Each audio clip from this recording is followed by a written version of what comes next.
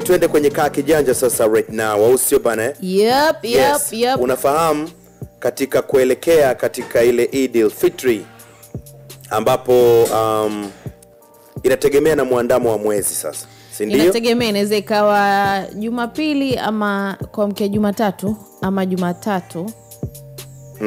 Kuamkia Jumanne. Am I right? Inaweza ikawa kati Jumatatu na Jumanne. 31st or 1st. Yeah.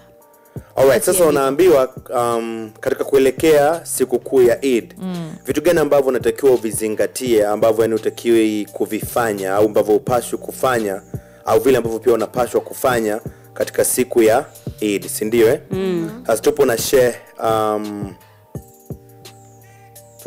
Ahmed hapa anatuelezea kuhusiana na hili hapa. Sheikh Ahmed Kandauma akituelezea vitu ambavyo vya kuzingatia au tunapaswa kufanya siku ya Eid. Bismillahirrahmanirrahim. Alhamdulillah, namshukuru Allah subhanahu wa ta'ala kwa baraka zake na utukufu wake. Ni mimi mtumishi wenu Sheikh Ahmed Kandauma. Ama kwa hakika Allah subhanahu wa ta'ala ametujalia Ramadhani tunakwenda kuimaliza. Tutakutana na Eid al-Fitri.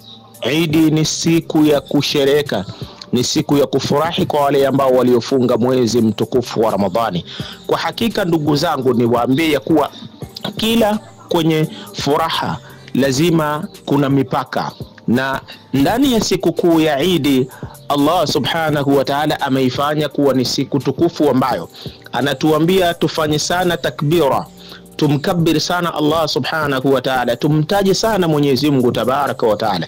Na ni haramu siku kuu ya Eid kufanya uchafu, kwa maana kufanya uzinifu, kunywa mapombe, kufanya fujo, kufanya vitu ambavyo vya ajabu ambavyo haviendani na yule mfungaji wa mwezi mtukufu wa Ramadhani. Nikwambia kuwa Allah ametuambia ndani ya Al-Qur'an Al-Karim, kuntum khayra umma ukhrijat lin-nasi ta'muruna bil ma'ruf tanhauna 'anil munkar. Tumekuwa umma bora kwa sababu ya kuamrishana mema na kukatazana mabaya. Ramadhani imetufanya tumetoka katika hatua moja kwenda katika hatua nyingine. Tumetoka katika hali ya kuacha maasi, tumekaa katika njia ile kwa nzuri. Ndugu yangu, ukifanya maasi siku kuu ya Eid, Mtume sallallahu alaihi wasallam anaeleza yoyote mwenye kufanya uchafu wa uzinifu wa kunywa pombe, hukumu yake siku kuu ya Eid kana kwamba anafanya uchafu na mama yake mzazi siku ya kiyama. Yani kijana wa kiume atakayefanya uchafu siku kuu ya Eid kana kwamba anafanya uchafu mbele ya Allah siku ya kiyama. Na binti wa kike manake kama atakuwa anafanya uchafu wowote ndani ya siku kuu ya Eid,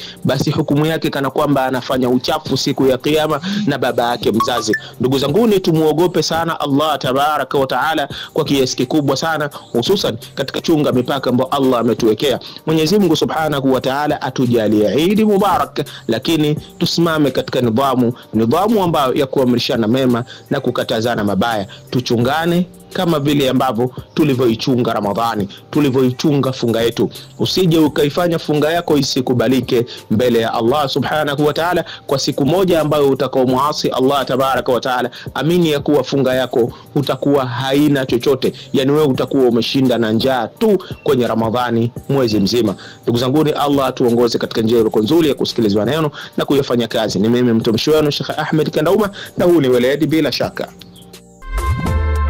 Wasafi Soap, usafi kama wote.